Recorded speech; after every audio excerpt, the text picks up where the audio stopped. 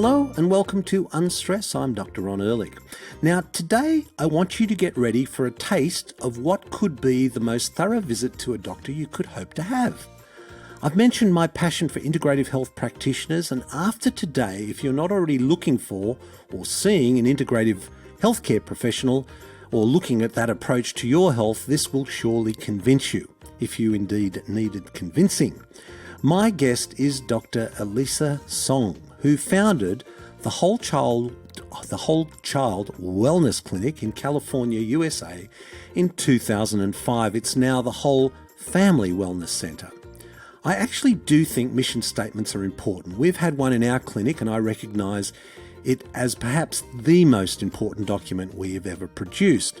And Elisa's mission is to create a nurturing environment that integrates allopathic, now that's the best that modern medicine has to offer, and natural medicine, customised to each unique child and person to help them thrive to fulfil their full potential.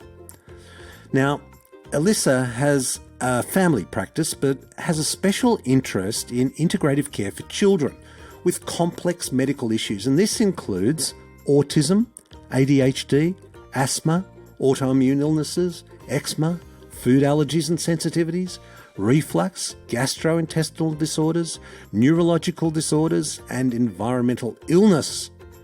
It's a long list, but this is precisely what people are facing today with children's health. In addition to qualifications in paediatrics, political science and public policy, and I actually think that's a great combination actually, Elisa has trained in functional medicine, holistic nutrition, homeopathy, acupuncture, herbal medicine, and other natural therapies. She is also, as you will hear, a great communicator. I hope you enjoy this conversation I had with Dr. Elisa Song. Welcome to the show, Elisa. Thank you, Dr. Ehrlich. I'm so glad to be here today. Oh, Dr. Ron, please, or Ron. Ron is fine. Let's not get too formal here. Now, listen. The word holistic evokes a lot of things to many people, and you describe yourself as a holistic paediatrician. What does the word holistic mean to you? You know, holistic can mean so many different things, but to me, when I discuss holistic pediatrics, I really think about taking the whole child into context, their body, mind, and spirit, and looking at everything that affects a child's health from within and without. So that includes not just the food they're eating and the air they're breathing, but it also includes the thoughts that they're having, because we really need to look at these internal and external stressors as impacting their whole health and their whole body, mind, and spirit. And it also includes their relationships outside of themselves with their family and their friends and their teachers and their community. So holistic really means taking that whole child approach and looking at that child in the context of everything that they're interacting with. That's fantastic. Look, we're going to come back and visit some of those things you just raised with us. But I know I'd be interesting to get a little bit of your own journey here, because I know you've come from a traditional medical background. I mean, literally. I do, yeah. And, my mother, in fact, is a Western-trained OBGYN, so I grew up in a medical household, and I never, ever thought I was going to go into medicine. Mm-hmm. She was out delivering babies all the time, was she? She was. And, I loved working with babies and with kids, and I had in my mind, for as long as I can remember, that I want to work with children and advocate for their well-being in some way. And as an undergraduate at Stanford, I actually majored in public policy and was going to go into law and be a children's rights lawyer. But then, somewhere along the road, these things happen that just open up these doors for you. And if you're open to them and take those doors, and it leads you on this, fascinating journey.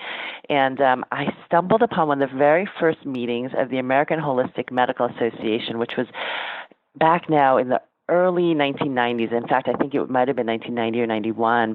And I had a chance to hear these speakers who were barely known at the time. So they were Andrew Weil, Deepak Chopra, Joan Borisenko, and I was totally hooked. And I knew at that point that I wanted to do something more with holistic integrative medicine, but I didn't know what that was. And in fact, I looked at a naturopathic school called Bastyr, which is one of the most highly respected naturopathic schools in America. And, at that time, nobody knew really what naturopathy was, and my mother had certainly never heard of it. So off I went to medical school, conventional medical school, and I was completely disillusioned. I did not really like anything I saw. In medical school and in residency training, we were just really putting Band-Aids on symptoms, and we were great at managing acute trauma and putting out fires, but we weren't being trained to heal kids, right, and understand the whole patient. And back then, and this was now in the late 1990s, we didn't see much autism, at least not in the university setting. And I was at UCSF, which is, a tertiary coordinary care medical academic center. And I was told in my career, if I saw, a handful of autistic kids, that would be a lot. And I saw one child with autism in my entire 3 years of pediatrics residency training. Come out into the real world, and what do you know? I mean, there are kids who were sick with chronic illnesses, these simmering chronic low-level illnesses or high-level illnesses, but they weren't getting better. We were putting them on steroids, we were putting Band-Aids on their symptoms, and they were coming out the other end with more complications often. And so then I stumbled upon another kind of serendipitous event. I saw this conference called the Food as Medicine Conference, and there I heard Mark Hyman talking about something called functional medicine, and I was totally hooked again. I sort of refound my passion for holistic pediatrics and working with kids, and that's where I just jumped off and studied functional medicine. I actually also do acupuncture and homeopathy and practice essential oils and herbal medicine in the practice. So that's my integrative sort of toolkit. There's so many other modalities, energy work, Reiki, chiropractic, Ayurvedic, that all have a role in helping to heal our kids, because we don't have all the answers. Not one person has all the answers. And that's where I find, a passion in continuing to learn and continuing to collaborate so that we can really get our kids well. Isn't it interesting? I mean, I find it intriguing because I've always felt, and I always feel, that the integrative medical practitioner should actually be sitting at the top of this total health pyramid, because they're so well placed to assess a person's health. I'm just intrigued why more practitioners don't have this kind of open, aha moment, because it's so exciting. What do you think is holding medical practitioners back from embracing this whole concept? I think it's twofold. I think the most important factor is just a lack of knowledge and awareness that there is this whole other paradigm of thinking about how to approach our children's and adults' healthcare. I think that there's, of course, a fear of leaving that safe paradigm that we're taught in medical school. But, I used to be a bit more cynical that the medical field was not moving in the right direction, and we were just getting adults and kids who were sicker and sicker. But I do have hope. I work now, and I have practitioners, pediatric medical doctors, naturopathic doctors, chiropractors, therapists who are reaching out and saying, hey, I heard this podcast or I read this article and I'm so fascinating, and I'm hearing that you're getting these results with kids. I want to learn more. And that's where, the Bioceuticals Research Symposium that I'm actually here in Australia for is amazing, because it's bringing together practitioners who are really invested in spending additional time, additional resources, additional time away from family, to really gain this knowledge for their patients, because that's where we will learn a root cause integrative approach to healing our kids. And for me, one of my passions is really looking at pediatric autoimmunity and pediatric chronic health concerns and functional medicine, because that's one area where we just don't have many answers in conventional medicine.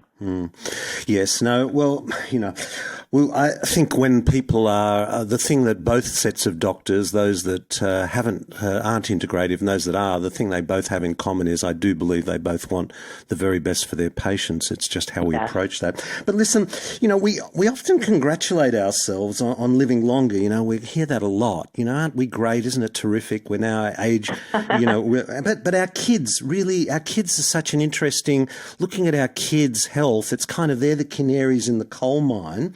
And I know you've got a young family and having an integrative practice. I know you see families, not just kids, although you're focusing on kids. How are our kids going? How are they doing? Well, I wish I could be the bearer of better news, but our kids aren't doing that great. This was back in 1994, the New England Journal of Medicine wrote an article saying that for the first time in history, our kids are expected to have a shorter lifespan than us. Now, that was over 10 years ago, and things have not gotten any better. And in fact, I would say things have gotten worse. Our kids nowadays are truly facing an epidemic of chronic illness, whether that is autism or ADHD, anxiety, these allergic illnesses like asthma and eczema and autoimmunity. So this is now what has truly become our new normal. And I would tell parents and practitioners listening, this should not be considered our new normal, and it doesn't have to be. Mm. Well, I know you're also in Australia. You're going to be talking at the Mind Conference, and that's we'll hopefully, yes, which is a fabulous annual event as well. That's right. And I know that Mind focuses on children's health, and the statistics that come out of that are sort of 1 in 3 have allergies, 1 in 4 have asthma, 1 in 10 in Australia have ADHD, and in Australia 1 in 100 have autism. I think it's even higher in America. So these are worrying statistics, aren't they? Well, they are. And, I don't think that the statistics in America and Australia are very different. In some places in America, we do have probably about 1 in 68 kids diagnosed with autism. In some pockets, actually, in California and in New Jersey, those numbers are even higher. And, I've seen statistics that at our current trajectory, and this is not just a matter of better diagnosis, but at our current trajectory, by 2033, which is just around the corner, 15 years from now, 1 in 4 kids will have autism. Right? 1 in 4 will have autism. 1 in 4. So we will have, there is not going to be a single person who is not touched by a child that they have themselves, or a relative or a friend or a student that does not have autism. And, and it's not just autism, it's all chronic illnesses in kids. The statistics now are that at least a little over 1 in 2 kids, so over 50% of kids, has some sort of a chronic condition. Now, chronic conditions can be what we would consider, quote, mild, like eczema, although I've seen very severe cases of eczema, ranging to anxiety, ADHD, autoimmune illnesses, juvenile arthritis, and diabetes. Type 1 diabetes are on the rise. But again, this trajectory is increasing. And so the latest statistics I've seen are that by 2025, and this is less than a decade away, that 80% of all kids will have some sort of a chronic diagnosis. So that's simply unacceptable. This is in my mommy's groups. When my daughter was, she's now 8 years old, but when she was an infant, and I was in some of the mom baby groups, and we'd meet for play dates. It seemed like almost every child, every infant had reflux and was being put on an antacid medicine, or had these rough, really red, irritated cheeks and itchy skin. So starting from birth, we have kids who are having reflux and digestive issues and eczema and cradle cap, and then the march just goes on. And so we need to think about what we're doing, not just when our children are born, but also prenatally, and think about all the factors that go into that. And that's exactly what I'll be speaking about at Mind and at Bioceuticals, because if we have this knowledge, we can actually use that as power to prevent and heal what's going on with our kids. Well, what is going on? Why are we seeing these problems? Yes, there are so many different factors, but I really do believe, and many of your listeners and many people who are familiar with functional medicine have heard the saying that all health starts in the gut. And that truly is the root cause of many of the chronic conditions and autoimmune conditions that are affecting our kids. And especially for our children when they're developing gut microbiome from in utero, right, from the time that they're in mommy's womb from the time that they're born, that very moment of their gut microbiome being established has an intimate relationship with the developing brain and immune system. So we have this critical period where we can actually impact our kids' health for a lifetime. So I do think we need to look at the gut and all the factors that are going on with how our children's gut microbiome and regulation are really being affected and going so wrong that their health is being tipped over into having some sort of a chronic illness and not bouncing back into a healthy baseline. Look, we hear so much about the gut. I mean, if people are listening to health articles and podcasts, they're always going to be hearing now about the gut and the microbiome. Mm-hmm. Can you kind of give us a basic gut immune microbiome basic 101, like a crash course, if you like, a crash Yes. 5 or 10 minute overview or 5 minute overview for our listener, why that's so important? Yes. Yeah. It's, and it definitely would be a crash course. I actually did, because this was so important for parents to understand, because it's an essential, a critical intervention point, and a prevention point. I did on my Facebook page a 3-part gut health Facebook Live course, and each of those videos was an hour to an hour and a half long. And we will have links to those. Okay, and even then, I felt like, wow, there's so much more I want parents to know. But the gist of it is that our gut, being the heart of our immune system and our nervous system, right, the gut is called the second brain. When we establish a healthy gut microbiome, this has a trickle-down effect into every single organ system in our children's bodies. The same thing goes for adults, but, for children, because we're in this time of rapid development and changing, any changes in the gut and gut health can have significant impacts long-term for their future health outcomes. So when we think about the gut, I think about 2 different factors that are affecting our gut regulation, our gut health. The first is our gut microbiome. What are the bugs that are in our gut? And we have healthy microbes called our probiotics, with many different kinds of lactobacillus species and bifidobacter species and many more that we're just elucidating. And then we have our not so healthy gut microbes, which can include abnormal bacteria, which can cause autoimmunity directly. We have yeast, we have parasites, we even have viruses, which are a little bit harder to measure. But that, when we have an imbalance of our gut microbiome, that's something called gut dysbiosis, essentially an imbalance of good and bad bacteria, yeast, parasites, and other microbes. And we know gut dysbiosis is linked with many different chronic childhood conditions, including autism, ADHD, anxiety, eczema, and autoimmune illness. Now, this gut dysbiosis can occur at any point in time in our children's lives. It can even occur in utero if mama's gut is not healthy herself. That can get transferred down into baby's gut when they're emerging from the womb, either by a vaginal birth or a C-section birth.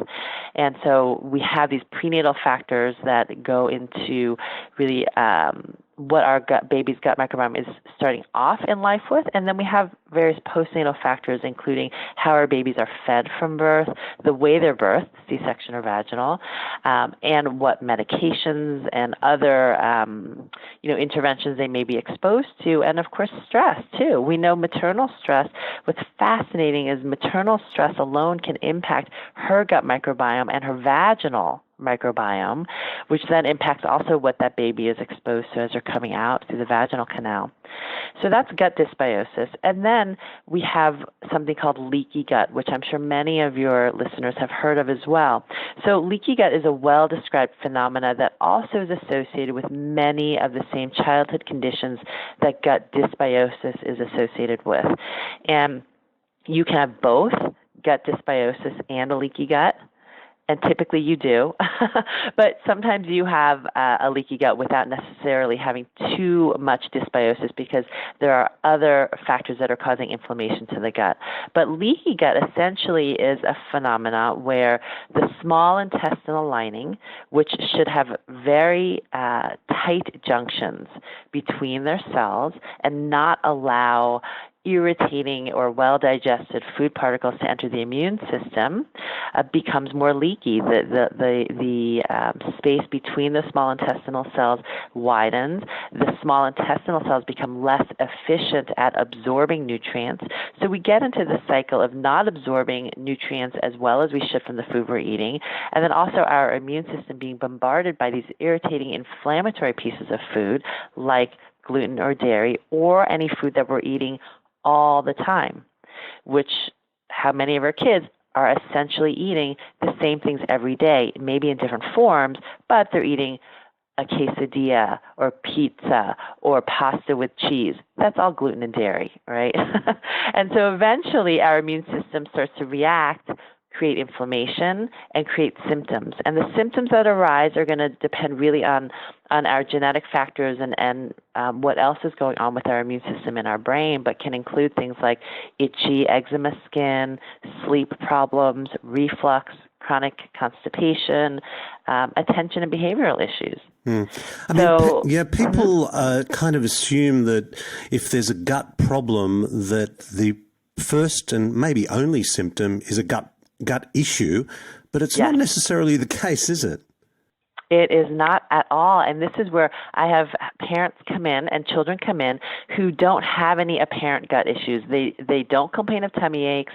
They don't have reflux or constipation or diarrhea. They're coming in for their kids' sensory issues or attention problems, or they're coming in because their children have asthma or because they have joint pains and have been diagnosed with juvenile arthritis. And I tell them, hey, look, the first step is going to be to take a look at your gut and actually do a stool test, a poop test, right? I talk to every child about their poop, and they look at me and say, well, but there's nothing wrong with my gut. And I let them know, it doesn't matter if you don't have any apparent gut symptoms. Your health starts in the gut. Your gut informs how your brain or your immune system or your hormones are working. So we need to start with the gut. And it is fascinating how many times, in the vast majority of cases, when we actually do dig in and take a look with various testing methods, we see that the gut has significant imbalances in their gut bacteria or parasites or yeast, and children have many, many food sensitivities that they weren't aware of that are contributing to this inflammation in their systems. Well, we hear a lot also about gluten and dairy. This has become I think it's on the rise, people's awareness of it. But it's not always as simple as that either, is it? Because often if you are sensitive to one or two, there is this issue of cross-reactivity. Could you explain to our listener a bit about that? Because we're always looking for simple solutions, but it is a bit more complicated, isn't it? Absolutely. And this is where, functional medicine provides that broader, more holistic paradigm, but we can still get pigeonholed into trying to have a more reductionistic approach. So we really want to think about what's going on when children have inflammation and a leaky gut. And essentially, I mentioned that you can develop a food sensitivity to any food that you're eating too often or too much of. And gluten and dairy are two of the most highly inflammatory foods that we can eat. And I do recommend, despite what any testing shows, that all kids who come in with a chronic condition, that they do a trial 100% off of gluten and dairy, for at least 2 to 3 weeks, just to see if that's a factor. But it's only one piece of the puzzle. And we're looking to see what else is creating or triggering and perpetuating inflammation in this child's body. And it might not be gluten. It might just be dairy. Or it might not be gluten or dairy. It might be eggs. Or it may be the quinoa that they're eating too much of because they are gluten-free, but now they're eating quinoa pasta every single day. So or it may be that it's the molds in their environment or the emotional stressors at school because they're being bullied. We want to take into account all the factors that are filling up this child's inflammation bucket. And sometimes we get one huge factor perhaps gluten, that if we can remove, the inflammation bucket is lowered enough that that child feels significantly better, and we can then move forward in terms of healing. Or sometimes we have many, many small items that are filling the inflammation bucket, and we really need to target multiple inflammatory factors before we make a dent in lowering the bucket, if that makes sense. Yeah, very much so. Now, listen, this is interesting because when kids, what about kids or again, even teenagers, and I know some adults who are really fussy eaters, and their parents know, we know, or their parents know what's good for the child, but can't get the right food into them. How do we deal with fussy eaters? So this is probably a parent's, every single parent's concern, right? From the moment that our babies are born, we, especially as mamas, are so I don't want to say obsessed, but yes, I was obsessed with making sure my child was getting enough food, the right variety of foods, right? And that's our job as parents, to make sure our children are nourished. And for fussy eaters, I do look at a few different factors.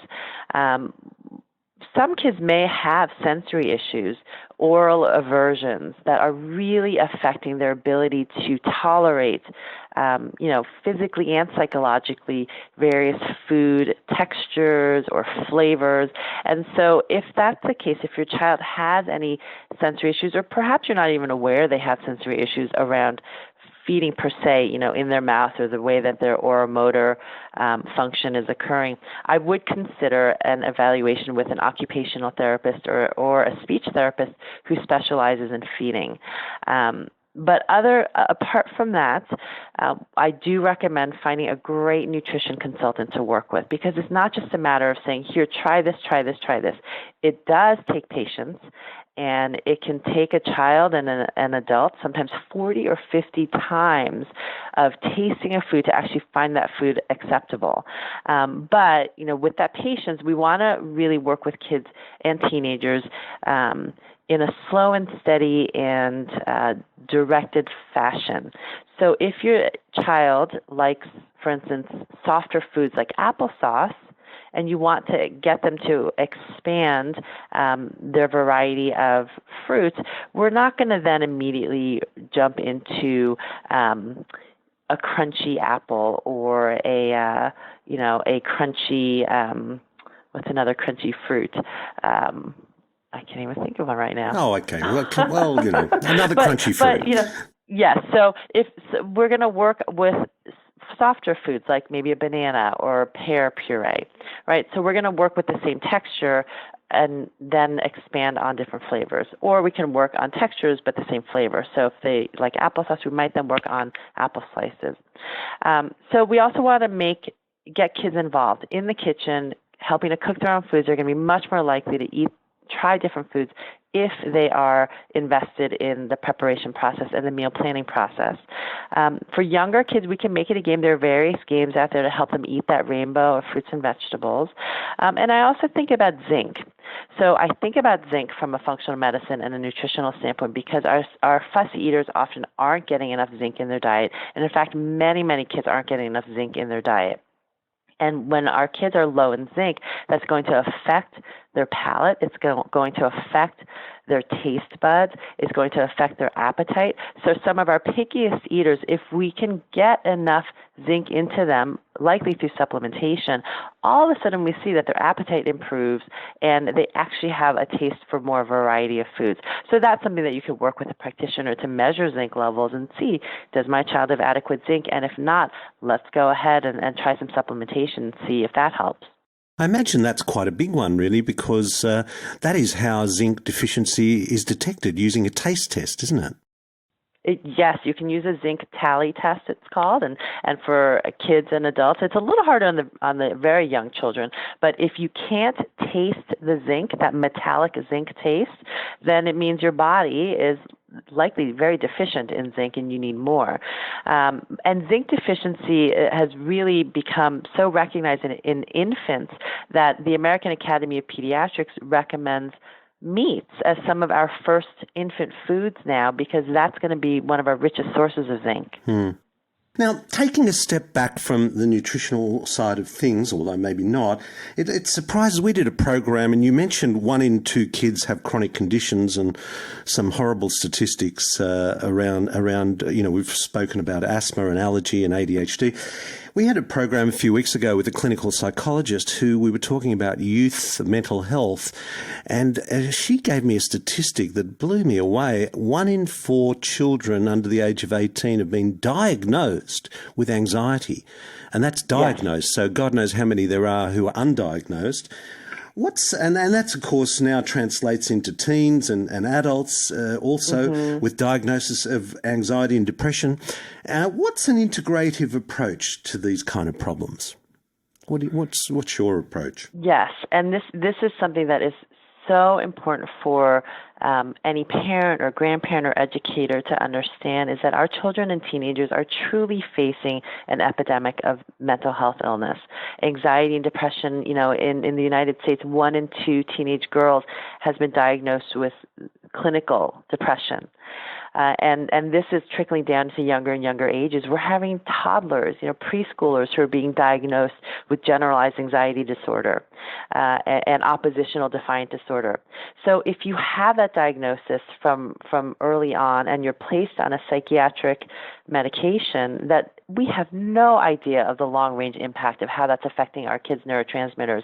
Where is the end road? If you're placed on, a serotonin reuptake inhibitor at 8, do you think that child has a chance of getting off by 18 or 25 or 30 when they might be trying to have their own baby if we don't take a root cause approach?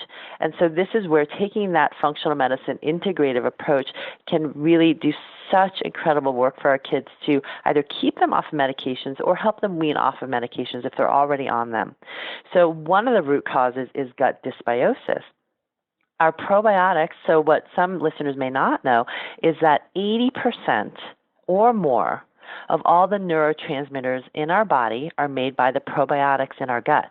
And that includes serotonin, which is our feel-good, relaxed, help us sleep neurotransmitter, and dopamine, which is our sort of motivation and reward and attention neurotransmitter.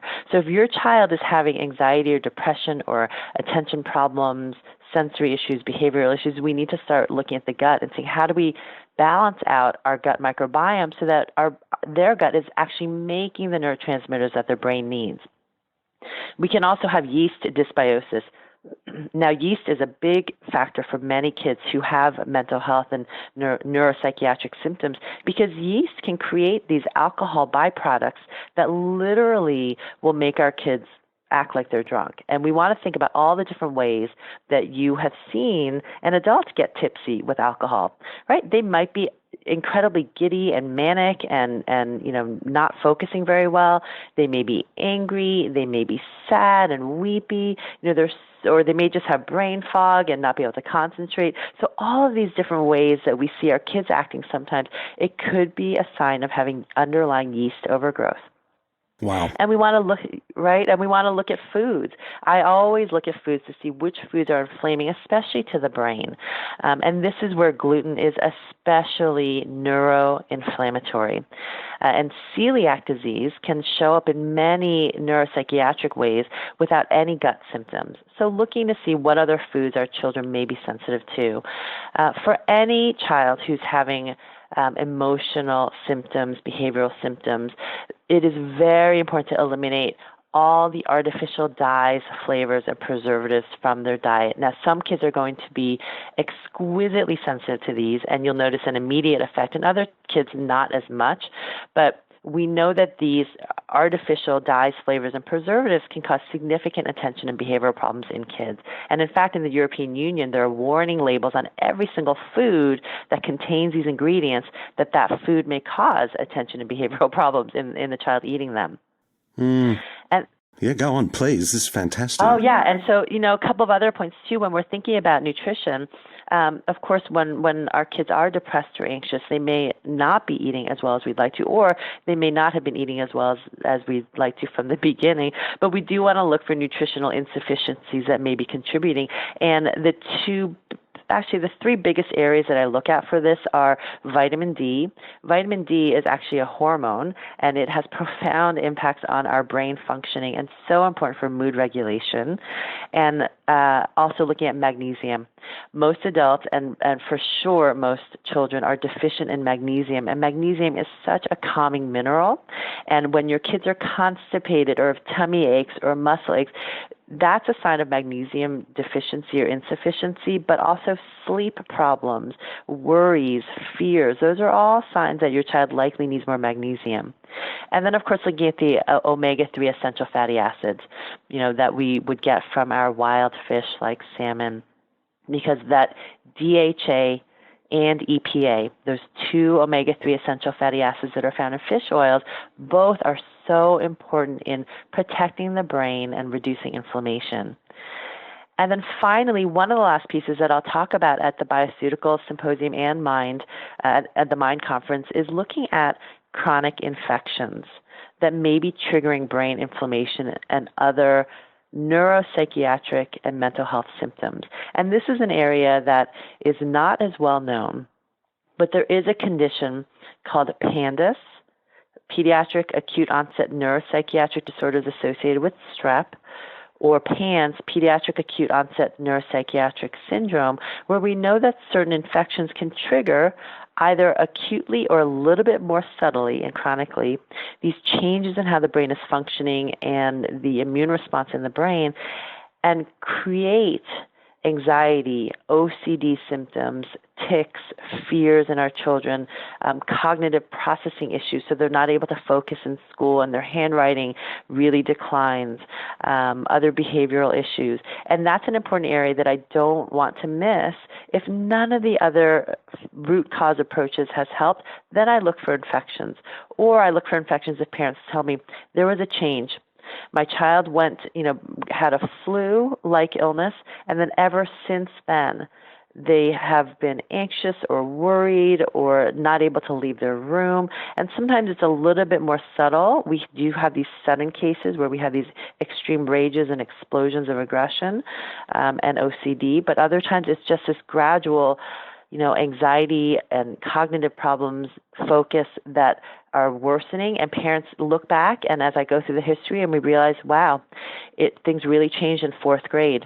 And if we can think about sometime in fourth grade, it was after, a flu in February. This is our winter in America.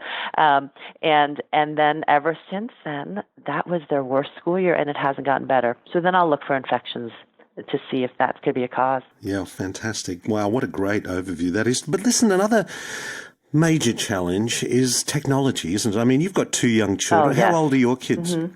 My kids are 8 and 6.5. So we have some technology, but luckily, knock on wood, not too much just yet. Well, we were talking again to Dr. Jodie Lowinger, who runs the Sydney Anxiety Clinic, and she was talking about some of the issues that are arising out of technology and the effect that is having on kids' mental health.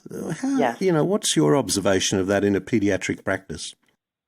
I think technology is a huge factor. The two things that I really never leave an appointment with a child without talking about are, is screen time and sleep. Because I think those two factors, if we can get a handle on those, in addition to their nutrition, we would get our kids thriving so much more fully. And with technology, there are several different issues involved there. The fast-paced instant reward that you get playing video games has an impact on our adult but especially children's developing brain neurotransmitters. Our children and our adolescent brains, when we look at the brain of the teenage brain is going through as rapid a time of brain development, new neural connections, and new sort of habits and synapses that are forming as an infant brain. It's fascinating. And so we want to look at this time, this preteen teenage time where our kids are getting engrossed in video games and screen time as a critical moment where, if they're focused on this rapid reward stimulation that's affecting their dopamine response, they truly can become addicted to those screens and also set the stage for future addictions that are not screens, and maybe as harmful or more harmful than the screens that they're on. So we have that particular issue. And then we have the issue that when they're on their screens, they're not having this social engagement and community. And social media is not the same as engaging one-on-one or in a group and having that personal interaction. And this community is so important. We know from the elderly that community is one of the biggest pieces in preventing Alzheimer's. And we haven't looked at that factor in our teenagers and children as much, but that community is so important for their developing brains and for their immune system and for their inflammatory responses. When they're on their screens, social media is one of the driving factors in anxiety and depression in kids and teenagers. And so we really need to be aware of what our kids are being exposed to, how they're posting. And in fact, we are in this huge social experiment. You and I didn't have the internet growing up. We didn't have social media growing up. Our parents, this generation of parents, is so ill-equipped to understand how to help our children navigate this maze because we don't know how to navigate this maze. In fact, I just had my daughter, 8 years old, yesterday tell me, "Can you please put down your phone and be with us at dinner?"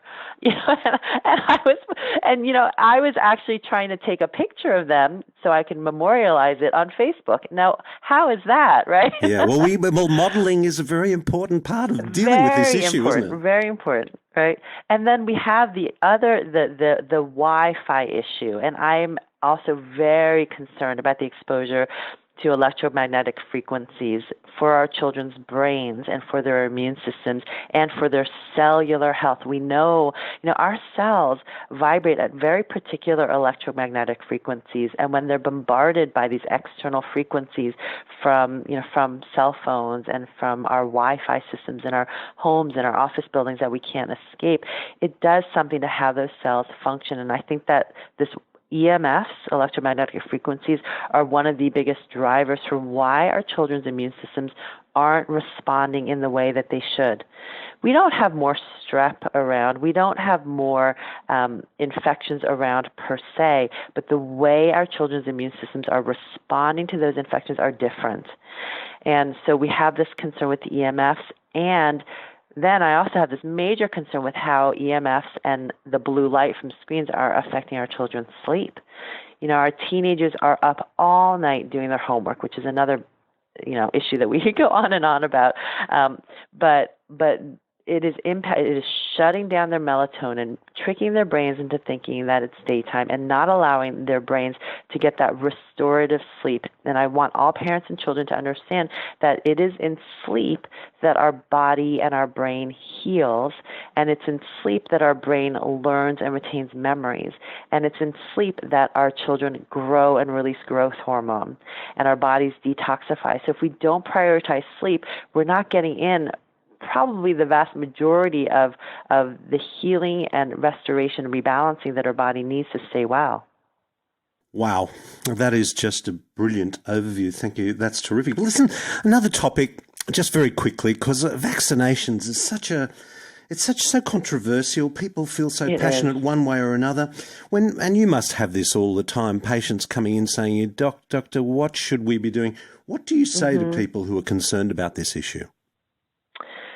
It's so tough because I know in Australia, as in the U.S., parents used to have the right, now this is in California where I live, to really come up with their physician, their practitioner, a vaccination plan that really was individualized.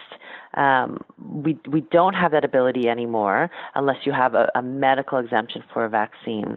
But I would tell parents, whatever you do, do not make your decision based on fear. There's too much fear and anger and emotion on, quote, both sides of the issue. And I say, quote, both sides because there shouldn't be a side. What I tell parents is that I am neither 100% pro-vaccine or 100% anti-vaccine. What I am 100% is 100% pro-safe vaccine and 100% pro-child.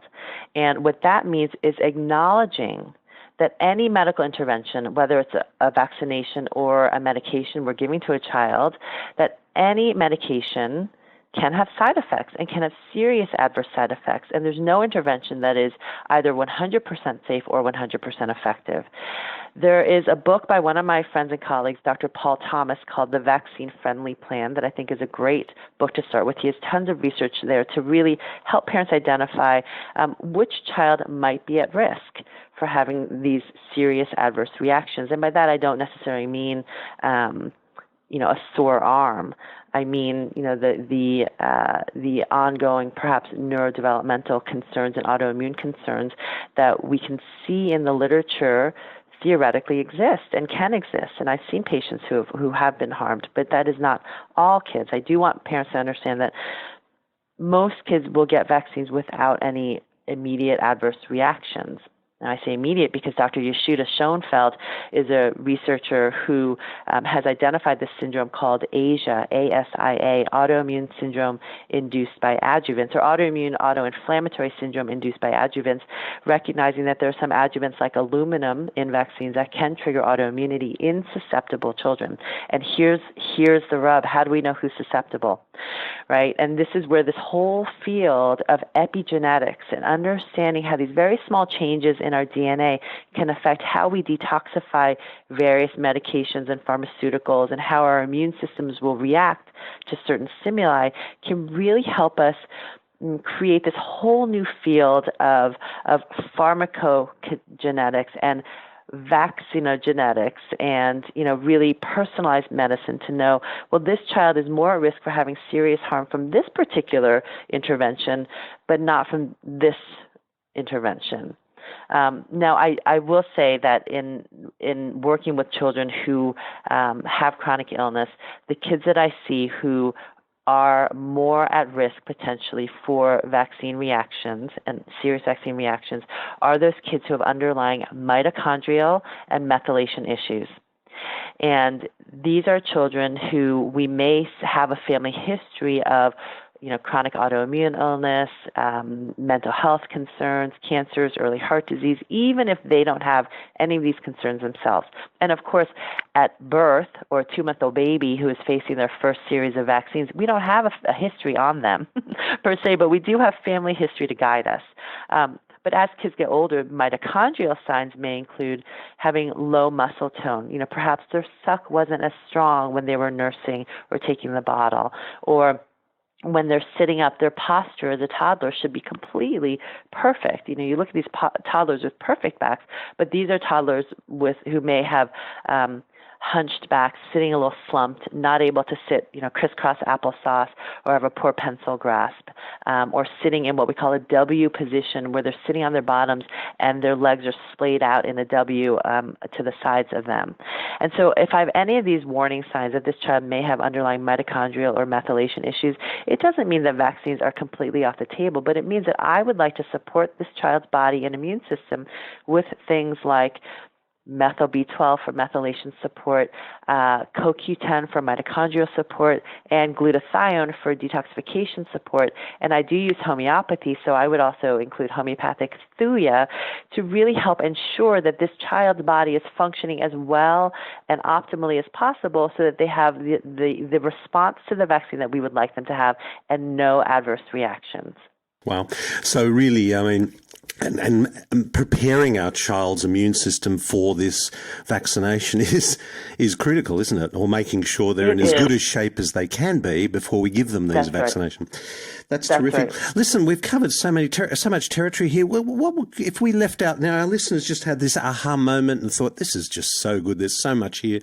How do I get started? What are 2 or 3 or 4 tips that you would leave our listener with what's the message that you would leave our listener with? I'm so glad you're asking this because, when you listen to podcasts and sort of go through different articles, it can be very overwhelming to know, where do I start? I can't do it all. And that's absolutely true. You cannot do it all, but you can start step by step and make incredible strides that way. And so for parents who are really wanting to take the step forward and understanding how to help their kids thrive, holistically, body, mind, and spirit, there are some simple steps that they can start with. So the first step is really thinking about, how am I going to nourish my child's gut immune system connection?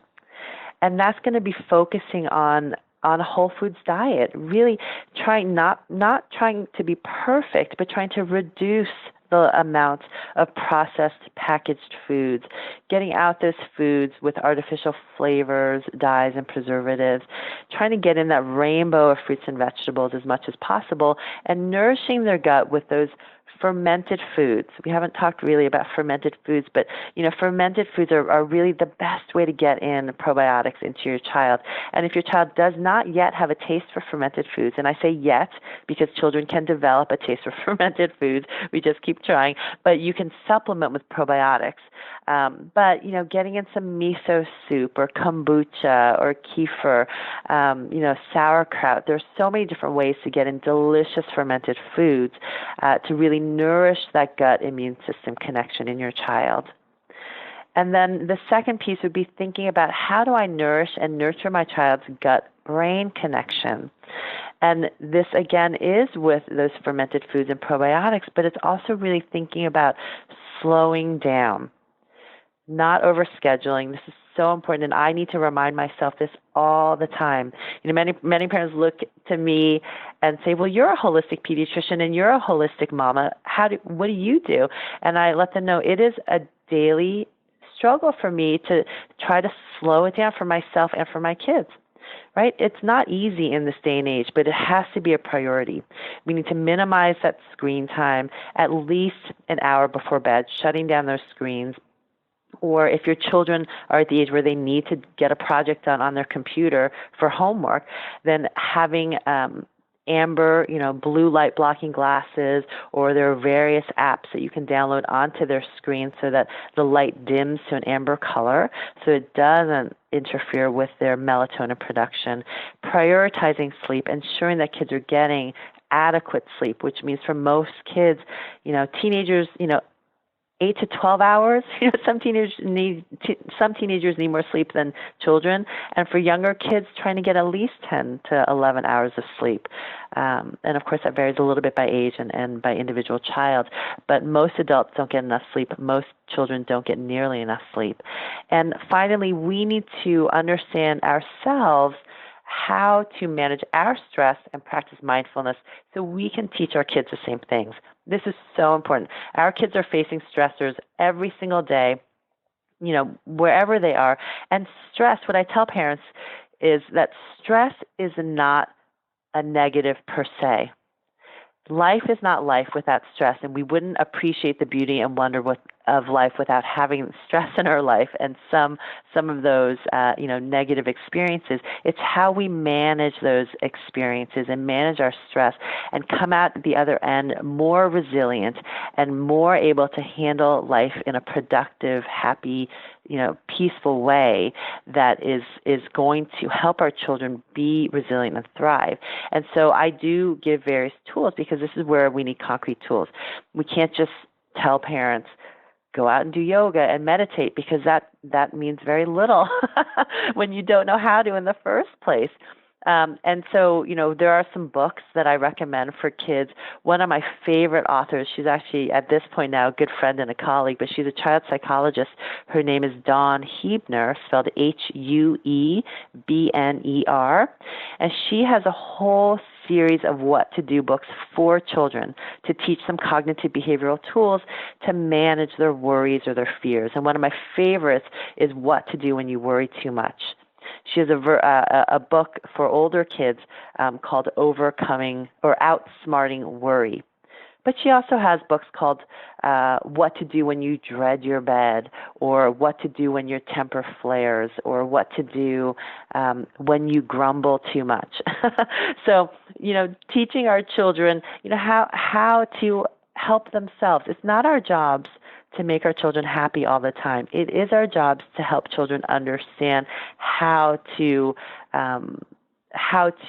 create that happiness for themselves. And then there are a variety of apps too. One of my favorite right now at the moment is called Breathe for Kids. So giving concrete tools, but that is probably now, as I've been a functional medicine practitioner and holistic pediatrician for over 10 years now, this piece of showing our children how to manage their stress and practice mindfulness is going to be the ultimate piece in keeping our kids well and healing them if they do have chronic illness. Elisa, this has been such a treat to talk to you. There have been so much information here. We really appreciate your time. I hope you enjoy the rest of your visit to Australia, and I'm sure you'll come back again, and I'm looking forward to catching up with you at the Mind Conference. Yes, for sure. And thank you so much for having me on your show. See how important the gut is? See how important sleep is? And what about slowing down? Going back to that great episode we did with Jodie Lowinger, episode 25 on mental health, I recall she mentioned 2 keys to managing mental health issues: managing expectations, and modelling behaviour, particularly when it comes to technology, but also, I guess, in how we sleep, breathe, nourish, move and think. It's a message for our kids. It's a message for ourselves.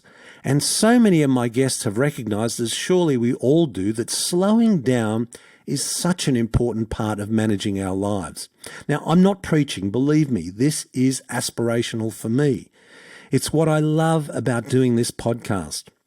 I'm learning and reminded of so much that helps me. I hope it's helping you too. Life is a bit like tapping a hoop along. The aim is to keep it balanced. Tap too hard and it gets away from you. Stop tapping and it falls down. But just getting it right keeps it and our lives balanced. So profound.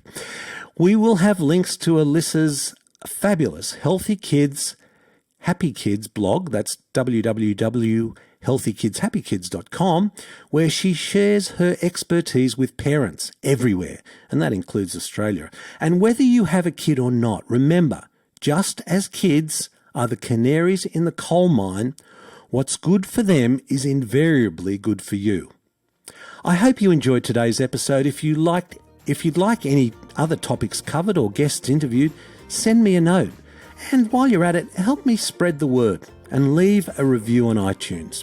So until next week, this is Dr. Ron Ehrlich. Be well. This podcast provides general information and discussion about medicine, health and related subjects. The content is not intended and should not be construed as medical advice or as a substitute for care by a qualified medical practitioner. If you or any other person has a medical concern, he or she should consult with an appropriately qualified medical practitioner. Guests who speak